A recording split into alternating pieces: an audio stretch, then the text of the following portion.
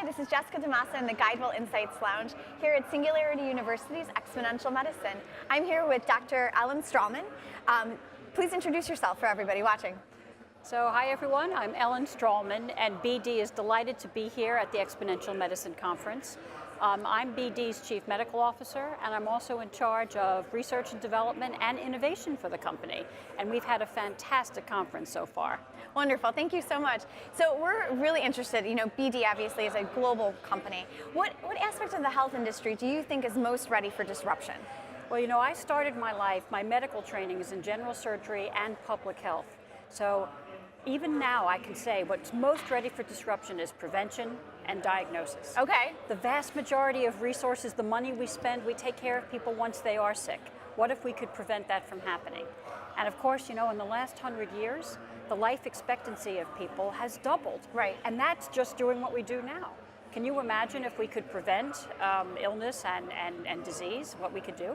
So tell me some of the exponential technologies that you're really excited about in terms of helping drive that forward. Oh, well, the last 2 years, we've had this amazing collaboration with Singularity University. Mm-hmm. I joined BD in 2013 with the express remit of kicking up a notch for the innovation system, as Emerald would say. I love it. And what we realized is that in 100 years, we had done a lot of innovating at BD, but the next 100 years are going to go even faster. Right. What we're most excited about is what we can do with computational biology, big data, and the power of computing. Because with what's going on with genomics and in the cell, and the opportunity for these technologies to actually give us the information we need, sure, that's what's incredible. So go a little bit further with that, Dr. Strahlman. What is the opportunity here as far as from your perspective at BD? Well, biology is complicated. It used to be, if you had a hand telescope and you could actually see the stars in the sky, think of the difference between that and then if you can actually go to a planetarium. Right. So we used to think about genomics and the cells and targets for disease in that way. We only had very superficial understanding. We now have a tremendous amount more of information. And what we haven't done is necessarily harness that into either treatments for people, right, or more importantly, markers in advance to see if they're going to get sick. So how do you see some of these trends playing out in the healthcare delivery system? Obviously BD, you're bringing things to market all the time, commercializing them. What are some of the challenges and some of the opportunities there?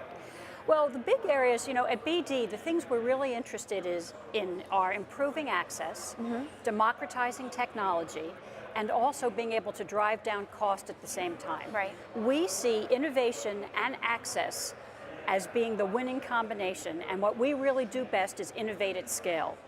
So for example, a very practical thing for probably a lot of people listening here, the interoperability of systems talking to each other in hospitals.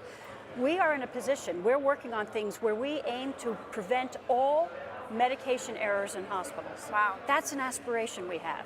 The technology and the products are there to do that. Now getting that to work is on our minds. Right. And that's just one of a number of things we're working on. Yeah, we're hearing a lot about interoperability challenges and also innovating at scale, like you said. So, in closing, give me a sense here. So what has you optimistic about the future of healthcare? Well, for all the challenges, there's really never been a better time to be alive and to understand what we can do for healthcare. We have the power of computation to actually manage the data.